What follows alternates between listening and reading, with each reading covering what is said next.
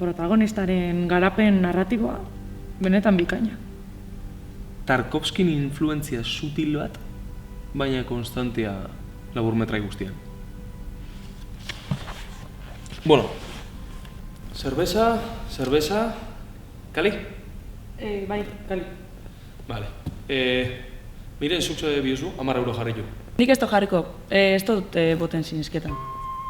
Zela ez duzula boten sinizketan.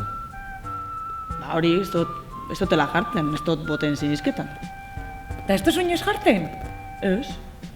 Poteo asko dauzen agunetan bez. Ez jaixetan, ez gabonetan, txekula. Ez, inoiz ez. Trago bat eskaketea gura bat, lago naiz eta eskatuko gurotena.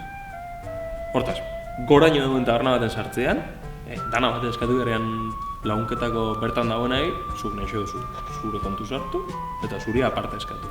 Horreatiko, raiten dago, ez da nire problemia. Gainera, botekin beti bukaketan duzu dirua galtzen. Joi, miren, katalara mutzen duzu! 10 euro jarri eta 3 trago. Lehen ja karu euen tragoa, eta hori sobraiten dan dirua, kuadriako batek eroan behar. Ez, hoi ez da hola. Egun ematen dirua sobraiten badaba, ogurrengo gotea doia, o afain bato baldin badau, manean afairako duten da. Eta egun hortan ez banau zer? Ba, goten afan, eta eskatu voltaiteko. Nere dirua da, hemen eskatu diako. Gaina, kalixa eta zerbeza ez da taberna danetan presio iguala. Bueno, sentimo atzu dira. Ez da sentimo kontua. Geixo da printzipio eta balore kontua. Hoi, zerbezien balorian. Tabernakula dauzten zau, eta sofaten za, eskaketan duzu, eta ja.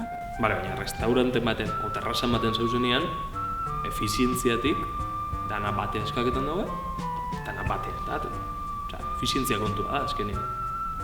Bestien efizientzia ez da nire arazoa. Aitor, ixilik hau, ikzesateok. Jo, barkatu baina oinadirrez ez dut desebenten diuten. Bueno, dana itxikia orduan, ez? Ez da batema falta? Tangoan hau! Vale. Peros, honek 5, bale? Ados, jo? Danak ados. Bai, ados. Ados. Xabi, ados?